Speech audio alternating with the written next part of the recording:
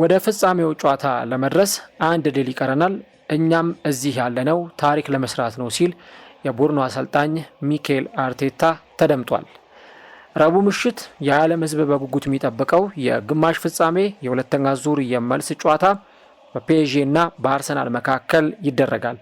በመድፈኞቹ አርሰናሎች በኩል ጥሩ ስሜት እንዳለ እንደውም አዳዲስ ዜናዎች እየወጡ እንደሚገኙና የአርሰናል ተጫዋቾች ወደ ሜዳ የሚመለሱባቸው እድሎች እንዳሉም በስፋት የተነገረ ይገኛል። ዩሪየን ቲምበር እና ሪካርዶ ካላፊዮሪ ከስብስቡ ጋር አብረው ተጉዘዋል። ምናልባትም በዚህ ጨዋታ ላይ ሲሰለፉ ልንመለከታቸው እንችላለን። የአርሰናል የመሃል ሜዳው ኮከብ ዴክላን ራይስም እንደዚሁ በጋዜጣዊ መግለጫው ላይ ከጋዜጠኞች ጋር ቆይታ አድርጎ ነበር። በተለይም ደግሞ በመሃል ሜዳው ላይ ሲጫወት በ8 ቁጥር ላይ የበለጠ መጫወት ነፃነት እንደሚሰጠውና ሌሎች ጉዳዮችንም ተናግሯል። አጠቃላይ የጨዋታ ምን አይነት እይታ ይኖረዋል የሚለውም በዛሬው ፕሮግራማችን ላይ የምንመለከት ይሆናል። ሰላም ውድ አድማጮች እንዴት ናችሁ? አምላክ ይመስገን እኔ በጣም ደህና ነኝ። የአራዳ ሜዳ ኮሜንታተር ተስፋወርቅ ሉልሰገድ ነኝ። አራዳ ሜዳ ኦፊሻል የዩቲዩብ ገጻችን ላይ ትገኛላችሁ። ለቻናላችን አዲስ የሆናችሁ ቤተሰቦች ላይክ እና ሰብስክራይብ ያደረጋችሁና የደወል ምልክቷን እየተጫናችሁ ከኛ ጋር ቆይታ እንድታረጉ በአክብሮት እንጋብዛለን። የአራዳ ሜዳ ኮሜንታተር ተስፋወርቅ ሉልሰገድ ከእናንተ ጋር አብሬ ቆይታ አደርጋለሁ። እንግዲህ በተለይም በአውሮፓ ቻምፒዮንስ ሊግ ተጠባቂ የሆኑ መርሃ ግብሮች የመጨረሻው ዙር ላይ ነው የሚገኙት። የግማሽ ፍጻሜ ላይ ነው አሁን የምንገኘው። ወደ ፍጻሜ ለመድረስ ከፍተኛ ትንቅንቅ በክለቦች መካከል የተደረገ ይገኛል። ከነዚህ ጨዋታዎች መካከል ደግሞ አንደኛው በፒኤስጂ እና በአርሰናል መካከል የሚደረገው የጨዋታ መርሃ ግብር ነው። እንግዲህ ሁለቱ ቡድኖች እንደምታስታውሱት በመጀመሪያው ጨዋታ ኤምሬትስ ላይ ጨዋታቸውን አድርገው ነበር። ፒኤስጂ አርሰናልን 1-0 በሆነ ውጤት አሸንፏል። ልክ ያ ጨዋታ ከተጠናቀቀ በኋላ ግምቶች ሁሉ ወደ ፒኤስጂ አምርተዋል። ወይም ደግሞ ፒኤስጂ የበለጠ ትልቁን ከፍተኛውን ግምት ወስዷል በአውሮፓ ሻምፒዮንስ ሊግ ላይ ዋንጫ ማንሳት። ያው ሁልጊዜም ቢሆን በእግር ኳስ ተቀያሪ ነገሮች ይከሰታሉ። አርሰናል ሪያል ማድሪድን ሲያሸንፍ ቻምፒየንስ ሊግ ዋንጫን የማንሳት ከፍተኛ ግምት ያገኘው አርሰናል ነበር። ምክንያቱም ሪያል ማድሪድ የቻምፒየንስ ሊጉን ማስተር የሚባለውን ክለብ በደርሶ መልስ አሸንፎ ያለፈ ክለብ ስለነበር በቶርናመንቱ ላይ ትልቅ የሚባለውን ሪያል ማድሪድን የሚጠበቀውን ክለብ ከዛ ውድድር ስላሰናበተ ከፍተኛ ግምት ለአርሰናል ተሰጥቶት ነበር።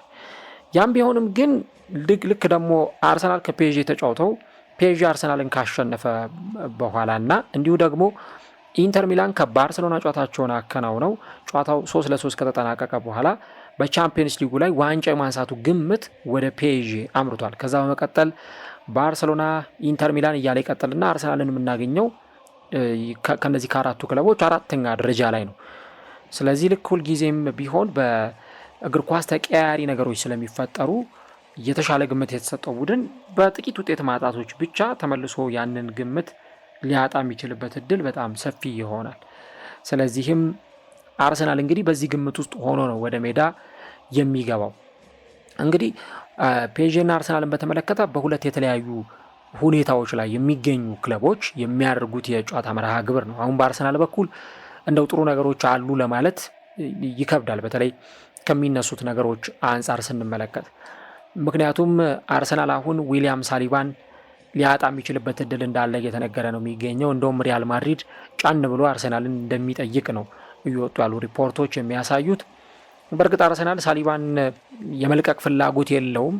ሚኬል አርቴታን በተለይ የቡድኑ ቁልፍ ተጫዋች ስለሆነ ከሱ ጋር አብሮ ለአመታት መቆየት ይፈልጋል። ያም ቢሆንም ግን ሪያል ማድሪድ ደግሞ በተለይ የተጫዋቹ ፈላጊ ስለመሆኑ እየተነገረ ነው የሚገኘው። እንደዚህ ደግሞ ትልልቅ ተጫዋቾች በተለይ ባሉበት ክለብ ውጤት የማያመጡ ከሆነ ወደ ሌሎች ውጤታማ ክለቦች ሲያምሩ መመልከት አዲስ ነገር አይደለም እና ያ ነገር በዊሊያም ሳሊባ በኩል ልንመለከት እንችላለን እና በተለይ የሳሊባና የሪያል ማድሪድ ስም በተደጋጋሚ መነሳቱ ለአርሰናል ደጋፊዎች ምቾት የሚሰጥ ጉዳይ አይደለም። ከዛም ባሻገር በሳምንቱ መጨረሻ ሁለቱም ክለቦች ጨዋታቸውን አድርገው ነበር። ፒኤስጂም በፍሬንች ሊጋ እንዲሁም ደግሞ አርሰናልም በእንግሊዝ ፕሪሚየር ሊግ ከቦርንመዝ ጋር ጨዋታቸውን አከናውነው ነበር። ሁለቱም ተሸንፈዋል። 2-1 በሆነ ውጤት ተመሳሳይ ውጤት ነው። ፒኤስጂም በስትራስቡርግ 2-1 ነው የተሸነፈው። አርሰናልም በቦርንመዝ 2-1 ነው የተሸነፈው። ምናልባት መሸነፋቸውና የስኮር ላይኑ ውጤት ተመሳሳይ መሆኑ 2-1 መሆኑ ሁለቱን ክለቦች ሊያመሳስላቸው ይችላል። ነገር ግን ሁለቱ ክለቦች የተሸነፉበት ሁኔታ ስናየው ይለያያል። ፒኤስጂ የፍሬንች ሊግን ማሸነፉን አረጋግጦ ዋንጫውን ማንሳቱን ካረጋገጠ በኋላ በተከታዮቹ በሆኑ ጨዋታዎች ላይ ብዙም የማይጨነቅባቸው ጨዋታዎች ሆነው ቻምፒየንስ ሊግ ላይ ግን የበለጠ ትኩረት የሚያደርግ ክለብ ነው። ለዛም ነው ሉዊስ ኤንሪኬ በዛ ጨዋታ ላይ ለተጠባባቂ ተጫዋቾቻቸው ድል የሰጡት። በባለፈው ፕሮግራሚም ላይ እንዳነሳሁት የክለቡ አሰልጣኝ ኤንሪኬ 10 ተጫዋቾችን ቤንች አድርገው ነው የጀመሩት። ከግብ ጠባቂው ዱናሩማ ጀምሮ እስከ ፊት መስመር ተጫዋቾቻቸው እስከነ ዴምቤሌ ድረስ ሙሉ በሙሉ ቤንች ላይ ያሉ ተጠባባቂ ተጫዋቾቻቸው ነው የተጠቀሙት። እንደውም በዛ ጨዋታ ላይ ዴምቤሌ ከነጭራሹ ተቀይሮም አልገባም። ክቫራትስኬሊያን በቋሚነት አልጀመሩም። ሌሎች ተጫዋቾችንም እነ ዊሊያም ፓቾን፣ ማርኪኒዮስን ብትመለከቱ በቋሚነት አልጀመሩም። ቪቲኒያ ብቻ ነው በቋሚነት የተሰለፈው። ይሄ ምን ያሳየናል? ለዚህ ጨዋታ ምን ያክል ከፍተኛ ትኩረት እንደሰጡና ጨዋታው ምን ያክል ለፒኤስጂ አስፈላጊ መሆኑን በአንድም በሌላም ዝርዝር ጉዳዮች እንድንመለከት ያደርገናል። አርሰናል ግን ቦርንመዝን በገጠመበት ጊዜ ዩሪየን ቲምበርን ብቻ ነበር በዛ ጨዋታ ላይ ያላሰለፈው። ምናልባት ምክንያቱ ምን እንደሆነ ለእኛም እስከማይገባን ድረስ ሚኬል አርቴታ ሁሉንም ተጫዋቾቹን በቋሚነት አሰልፏል። ዳቪድ ራያን፣ ሳሊባን፣ ሉዊስ ስኬሊን እንዲሁ ደግሞ በዛኛው ፍላንክ ላይ የሚጫወቱትንም ተጫዋቾች በተመሳሳይ መሃል ሜዳ ላይ ቶማስ ፓርቴንም፣ ዴክላን ራይስንም፣ ዣኩብ ኪቪዮርንም፣ ሳካንም፣ ማርቲኔሊንም፣ ትሮሳርንም በቋሚነት አሰልፏል። ሜሪኖም ቤንች አድርጎ ከመጀመሩ በስተቀረ ሚኬል አርቴታ በቋሚነት የሚጠቀማቸውን ተጫዋቾች ነው ያሰለፈውና ምናልባት በዚህ ጨዋታ ላይ ተጫዋቾች ላይ የሆነ ፋቲግ አይፈጠርም ወይ ድካም አይፈጠርም ወይ የሚለውን ነገር የበለጠ እንድናነሳ ያደርገናል።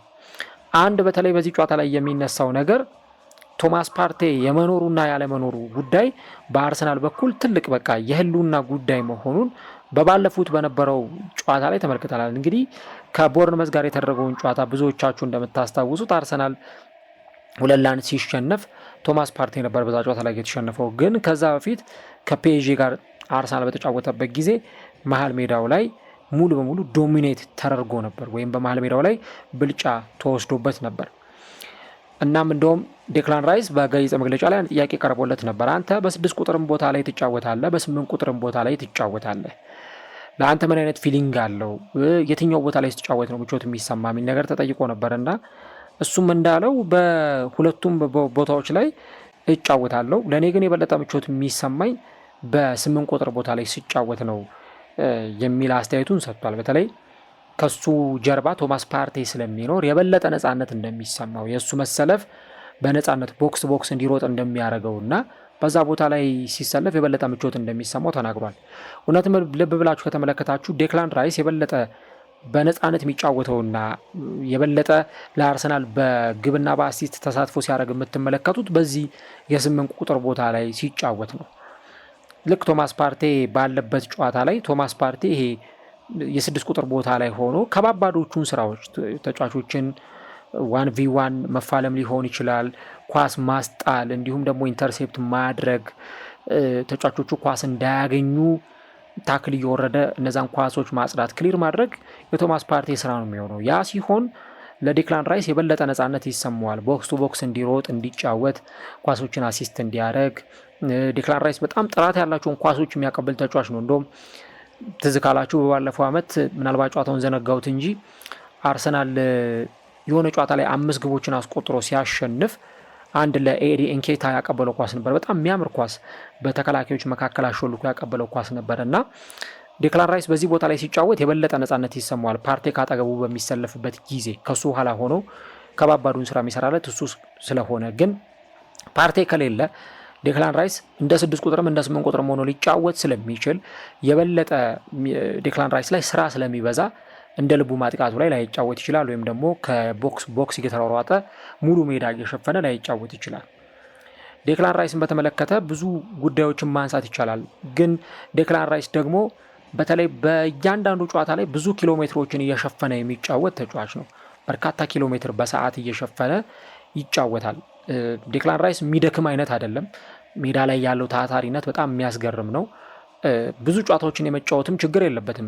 ገና ወደ አርሰናል ከመምጣቱም በፊትም ቢሆን በዌስትሃምም እየተጫወተ እያለ አሰልጣኙ ብዙ ጨዋታዎችን ያጫውቱት ነበር። ዴቪድ ሞይስ ፕሪሚየር ሊግ ላይ ያጫውቱታል፣ በውስጥ ውድድሮች ላይ ይሰለፋል። በኮንፈረንስ ሊግ እንግዲህ እንደምታስታውሱት ዌስትሃም የዛን ጊዜ እስከ ፍጻሜ ደርሶ ዋንጫውን አንስቷል እና እስከ ፍጻሜ ድረስ ዴክላን ራይስ በዛ ቡድን ውስጥ ትልቅ ስራን ሲሰራ ነበረ።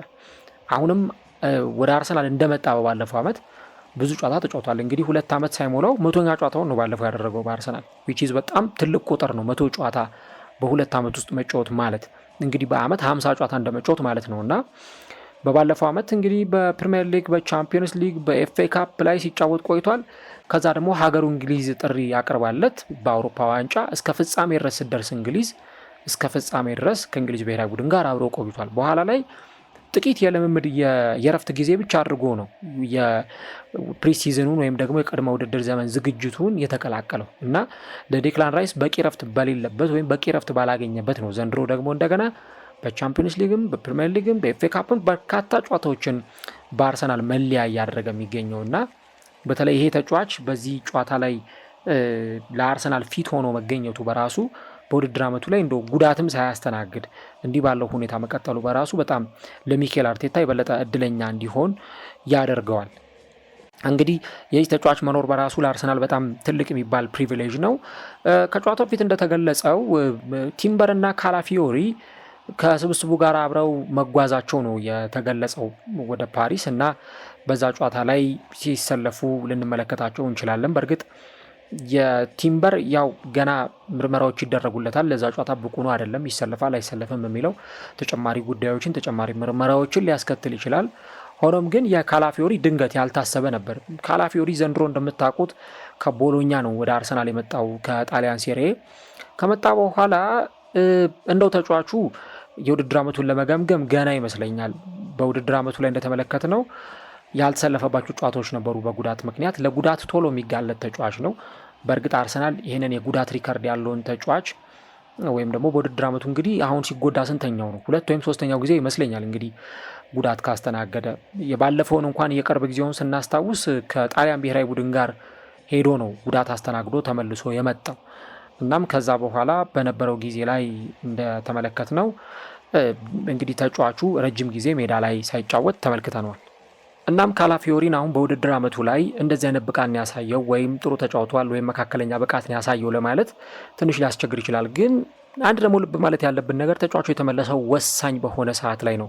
በውድድር ዓመቱ ቁልፍ በሚባለው ጨዋታ ላይ ለሚኬል አርቴታ ተመልሶለታል። እንግዲህ ቲምበር ተሰለፈም አልተሰለፈም የካላፊዮሪ መኖር በራሱ ለአርሰናል የሚሰጠው ትልቅ ጥቅም አለ። በእኔ እይታ የካላፊዮሪ ከጉዳት መመለስ ለአርሰናል ማጥቃትም የተሻለ ነገር ሊያደርግ ይችላል። በእርግጥ ካላፊዮሪ እንደምታውቁት ልክ በተለይ በፕሪሚየር ሊጉ ሲጫወቱ ከምናውቃቸው የፉልባክ ተጫዋቾች ልክ እንደ ዜንቼንኮ አይነት ተጫዋች ይመስለኛል። አሁን ዜንቼንኮን ካያችሁት በአርሰናል ቤት ሲከላከል ጥሩ አይደለም፣ ክፍተቶች አሉበት። በተለይ ኦቨርላፕ እያደረገው ወደፊት ስለሚወጣ ከኋላ ያለውን ቦታ ብዙ ጊዜ ሚስ ያደርገዋልና ካላፊዮሪም እንደዚህ አይነት ተጫዋች ነው። ግን ካላፊዮሪን ደግሞ ልብ ብላችሁ ካያችሁት በተለይ ለማጥቃት በጣም ጥሩ ተጫዋች ነው። በተለይ ማርቲኔሊ የተሻሻለው ካላፊዮሪ ከሱ ጀርባ ሲሰለፍ ነበር። ካላፊዮሪ ከሱ ጋር አብሮ ሲሰለፍ አብሮ መጫወት ሲጀምር በጣም በፕሮዳክቲቪቲ ረገድ ያግዘው ነበር እና ማርቲኔሊ ወይ ግብ ወይ አሲስት ፕሮቫይድ ሲያደርግ ራሱ ካላፊዮሪም ያን አርጎታል። ለምሳሌ አርሰናል ከማንቸስተር ሲቲ በተጫወቱበት ጊዜ 2-2 ጨዋታቸውን ሲያጠናቀቁ በጣም ቆንጆ ጎል አስቆጥሮ ነበር። አርሰናል ወልቭስን ሲያሸንፍ ብቸኛውን የማሸነፊያ ጎል ካላፊዮሪ ነበር ያስቆጠረው። አርሰናል ከሜዳ ውጪ ወደ ኔዘርላንድ አቅንቶ ፒኤስቪ አይንዶቨንን 7 ግቦችን አስቆጥሮ ሲያሸንፍ ካላፊዮሪ በዛ ጨዋታ ላይ ግብ ማስቆጠር ከቻሉ ተጫዋቾች መካከል አንደኛው ነበር።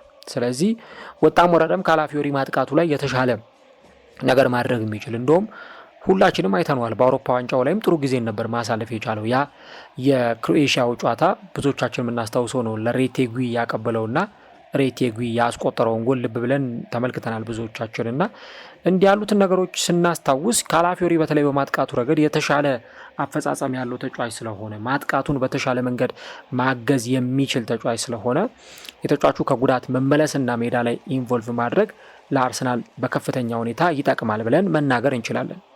ስለዚህ የካላፊዮሪ መኖር በአንድ በኩል ለአርሰናል የሚሰጠው ጠቀሜታ በጣም ከፍ ያለ ነው። የቲምበር መመለስም ለአርሰናል ጥሩ ዜና ነው። በእርግጥ ሙሉ በሙሉ ፊት ሆኖ ወደ ሜዳ ላይ መለስ ይችላል።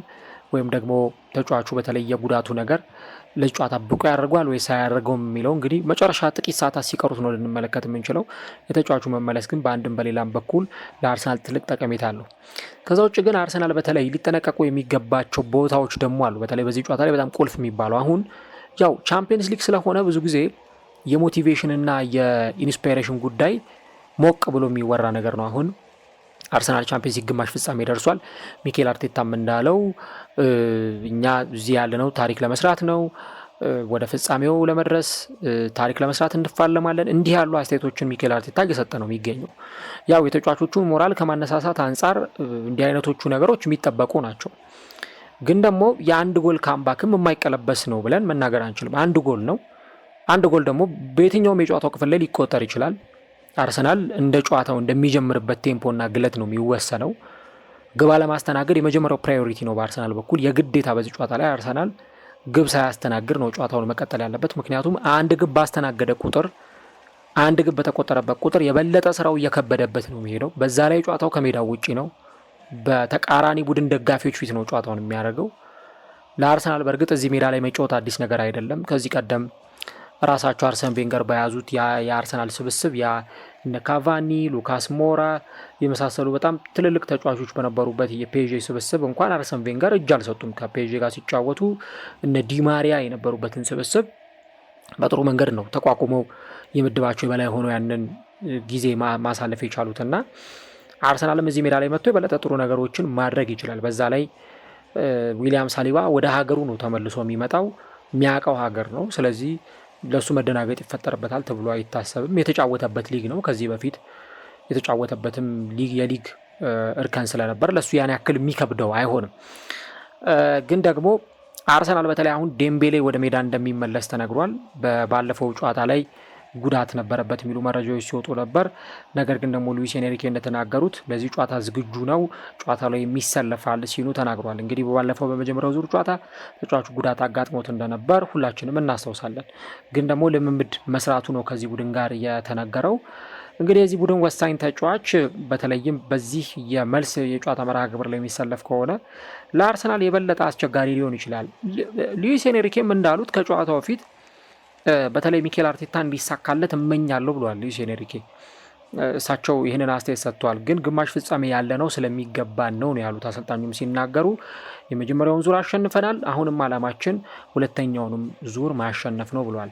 አርቴታ እንዲሳካለት እንደሚፈልጉ ተናግረዋል። ነገር ግን ለነገ ይህን አልመኝለትም፣ የመጀመሪያው ጨዋታ ውስብስብ ነበር፣ ሁለተኛውም ተመሳሳይ ይሆናል የሚል አስተያየት ነው በእሳቸው በኩል የተሰማው። ፔዤ ለፍጻሜ እንዲደርስ ለማድረግ እንደሚሰሩና ባርሴሎና ወይም ኢንተር ሚላን ቢያልፍ ምንም አይነት ግድ እንደማይሰጣቸው ነው የተናገሩት። ከዛ ውጪ በማጥቃትና በመከላከል ረገድ ምን ማሻሻል እንዳለባቸው ከቡድኑ ጋር ተዘጋጅተው ለዚህ ጨዋታ ዝግጁ እንደሆኑም ጭምር ነው አሰልጣኙ የተናገሩት። እንግዲህ በዚህ ጨዋታ ላይ በተለይ አንድ ልብ ልንለው የምንችለው ነገር ፔዤ መከላከልን ምርጫው አድርጎ ወይም ደግሞ ከኳስ ውጭ በሚኖረው እንቅስቃሴ ላይ የበለጠ ረጅሙ ጊዜውን ሊያሳልፍ ይችላል ተብሎ ይጠበቃል። ምክንያቱም ፔዤ 1-0 ነው አሸንፎ የመጣው። የመጀመሪያውን ጨዋታ እንዳሸነፈ ክለብ ደግሞ ሞስትሊ ብዙ ጊዜውን ከኳስ ጀርባ እያሳለፈ በመልሶ ማጥቃት እየተከላከለ ሊጫወት ይችላል። ለዛ ነው ቅድም የዴምቤሌን ጉዳይ በደንብ በስፋት ያነሳውላችሁ። እንግዲህ ዴምቤሌ በመስመሮች በኩል ምን አይነት አጥቂ እንደሆነ ባለፈው ፔዤ የመጀመሪያው ዙር ጨዋታ ላይ ልብ ብላችሁ ካያችሁ በኳስ ቁጥጥሩ የተሻለ ቡድን ነበር። ከዛ ውጭ ግን ሞመንቶችን ደግሞ የሚጠቀም ቡድን ነው። ያቺ አሁን 4ኛው ወይም 3ኛው ደቂቃ ላይ ያችን ግብ ሲያስቆጥሩ የአርሰናል ተጫዋቾች መሀል ሜዳ ላይ የነበረ ክፍተት ነበር።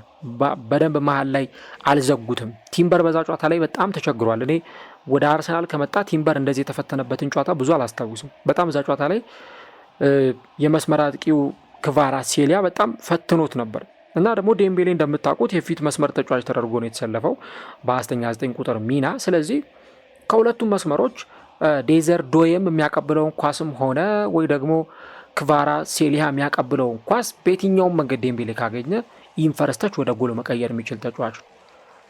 ዴምቤሌን ሁላችንም እንደምናውቀው ያ በቦሩሲያ ዶርትመንድ በጣም ድንቅ ጊዜ የነበረውን ብዙዎችን ያስገረመ የነበረ ተጫዋች ወደ ባርሴሎና ሲሄድ ግን ኳስ የጠፋበት ይመስል ነበር በባርሴሎና እንቅስቃሴው። ይሄ ተስፋ የተጣለበትን ዴምቤሌ ከሆነ ሰዓት በኋላ አላየነውም። ግን ወደ ፔዤ ካመራ በኋላ በተለይ ሉዊስ ኤንሪኬ ተጫዋቹን ወደ የሚፈለግበት መንገድ ያመጡበት ባርሴሎናን እኮ እንዴት እንደቀጣቸው ተመልክተናል። የቀድሞ ክለቡ ላይ ግቦችን ሲያስቆጥር እንደነበረም ጭምር አይተናል። እና ዴምቤሌ በውድድር ዓመቱ ምናልባት እንደው ለባለን ዶር ከሚታጩ ተጫዋቾች መካከል ልክ እንደነ ሞሳላ ካሉ ተጫዋቾች መካከል አንዱ መሆን የሚችልበት አቅም ላይ ይገኛል በዘንድሮ ውድድር ዓመት።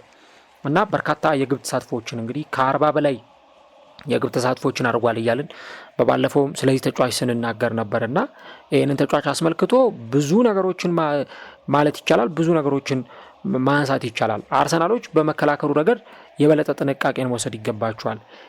ከፊት መስመር ላይ አሁን እንግዲህ ልክ እንደው ነገሮቹን ስናስባቸው በዚህ አይነት ቦታ ላይ የሚጫወቱ ክለቦች የመጀመሪያውን ዙር ጨዋታ 1-0 ተሸንፎ መጥቶ በሁለተኛው ዙር ለመጫወት የሚያስብ ቡድን መቻኮል ይታይበታል። አይረጋጋም።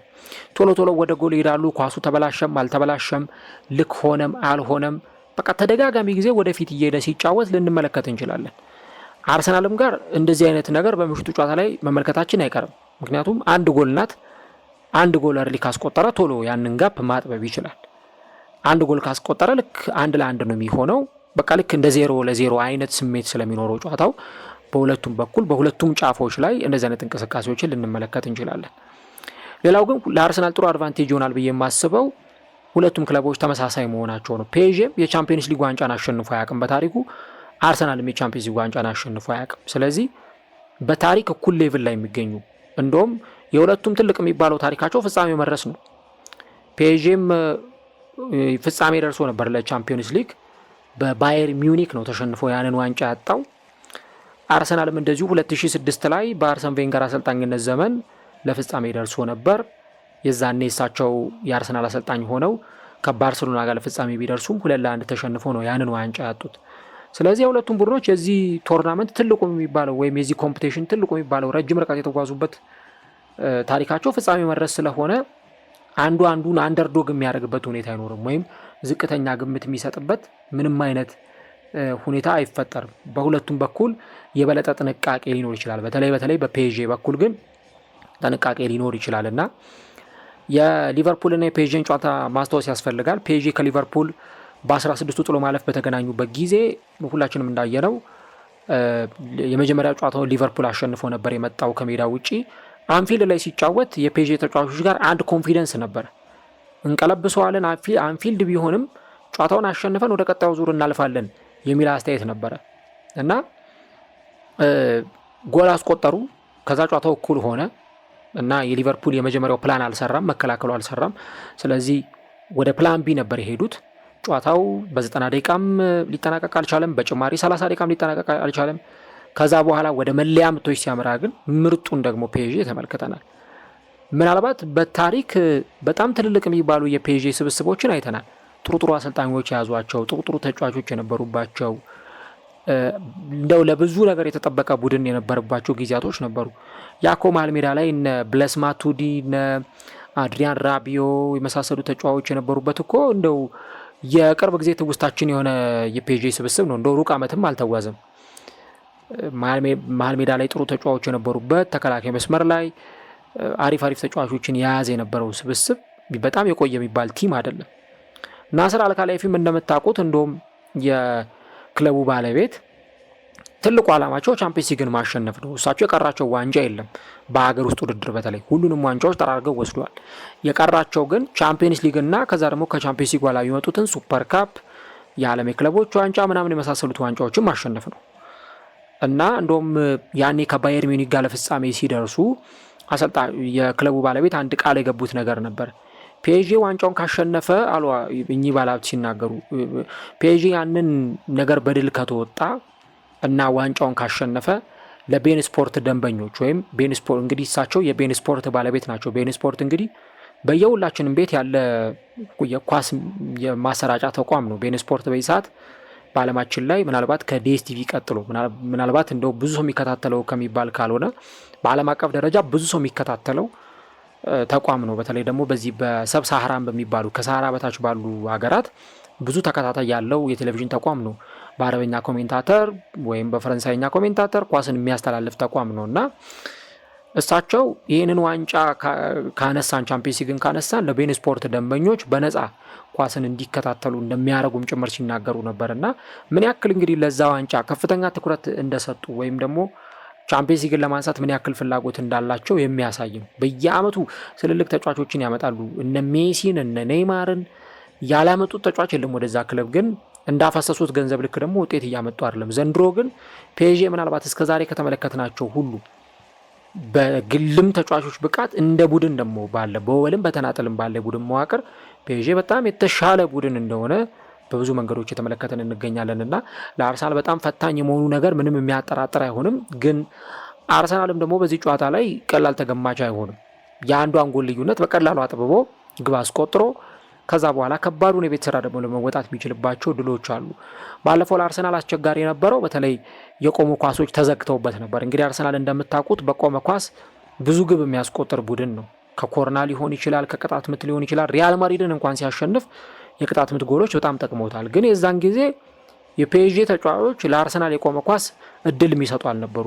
የማዕዘን ምት ይሻማል፣ ዱናሩማ ነው የሚቆጣጠረው፣ ወይ ተከላካዮቹ ናቸው ያን ኳስ የሚያወጡት። ኢቭን አርሰናል እንደው ደህና ሙከራ እንኳን ከማዕዘን ምት ሲያደርግ አልተመለከትንም እና የቆመ ኳስ ላይ ምን ያክል ከፍተኛ ዝግጅት አድርገው እንደነበር የሚያሳይ ነው። ለአርሰናል ደግሞ በጣም ፈታኝ የነበረው የዕለቱ ዳኛ የነበራቸው እንቅስቃሴ ነው። ፕሪሚየር ሊግ ላይ ቢሆን ቤን ዋይት የግብ ጠባቂውን ጓንት ሲጎነትል ልንመለከት እንችላለን።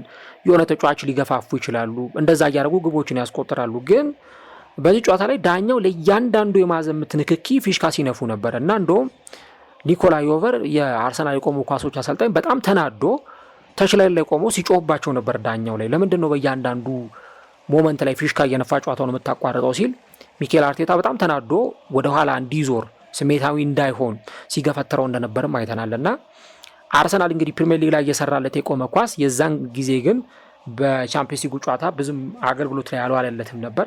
ምናልባት ሚኬል አርቴታና ተጫዋቾቹም በዚህም የሮቡ ጨዋታ ላይ የበለጠ ትኩረት አድርገው የቆሙ ኳሶች ላይ ሊሰሩ ይችላሉ። ለቆመ ኳስ የተመቹ ተጫዋቾች አሏቸው። ቲምበር፣ ራይስ፣ ሌሎችም ተጫዋቾች ጥሩ የሆነ ቁመና ላይ ስለሚገኙ ያን ነገር በደንብ ማድረግ የሚችሉበት እድል አለ ተብሎ ይታሰባል። መጨረሻ ላይ አንድ ሁለት ነጥቦችን ለማንሳት ያህል እንግዲህ በተለይ ከነዚህ ጨዋታዎች ጋር ተያይዞ የማርቲን ኦዴጋርድ ነገር አሁንም በአርሰናል በኩል አሳሳቢ ሆኖ ቀጥሏል።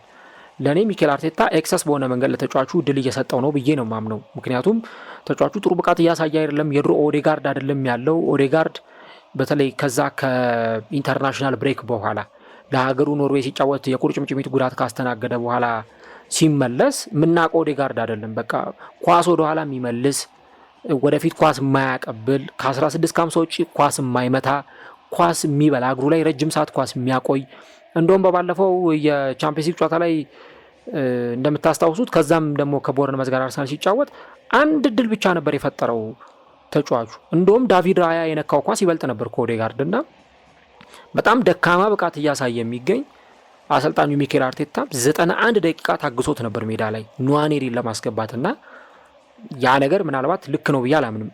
ጥሩ እስከተጫወተ ድረስ ብቻ ነው አንድ ተጫዋች እድል ሊሰጠው የሚገባው። ጥሩ ካልሆነ ለሌሎች ተጫዋቾች እድል መስጠት የተሻለ ይሆናል። ሚኬል አርቴታ ግን ያደረገው አሁንም ቢሆን ኦዴጋርድ ጥሩ ነገር እያደረገ ባይሆንም ጥሩ ብቃት እያሳየ ባይሆንም በእርግጥ ጊዜያዊ ጉዳይ ሊሆን ይችላል። ወደ ብቃቱ ሊመለስ ይችላል። መመለሱ አይቀርም።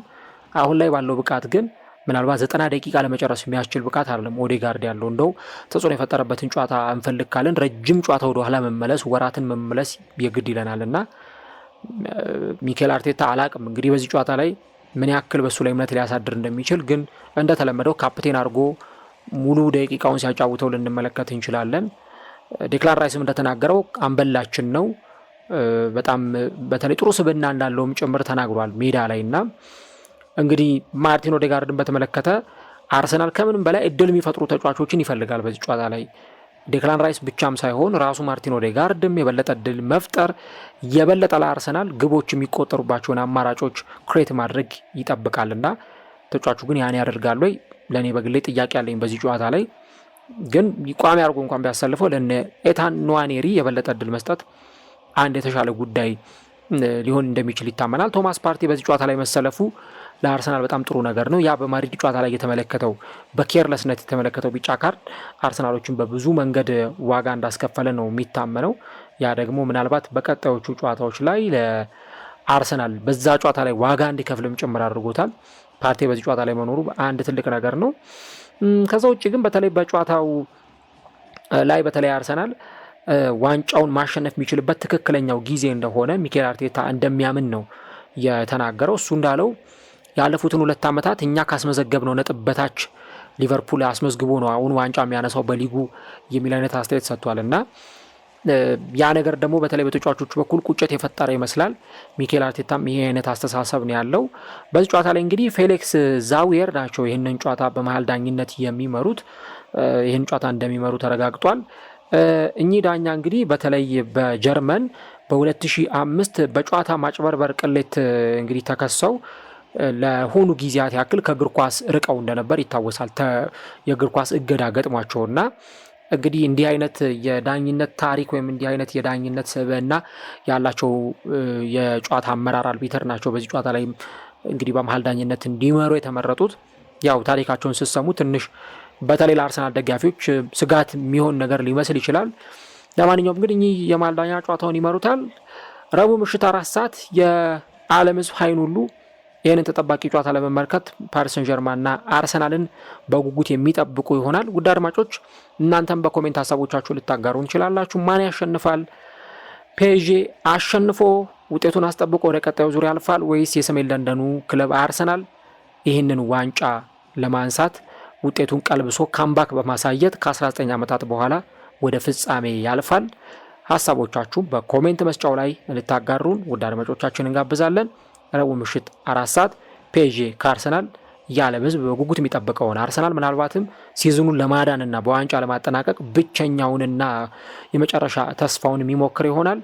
ፒኤስጂ ከአርሰናል ረቡዕ ምሽት 4 ሰዓት ተጠባቂው ጨዋታ በፓርክ ደ ፕሪንስ የሚከናወን ይሆናል።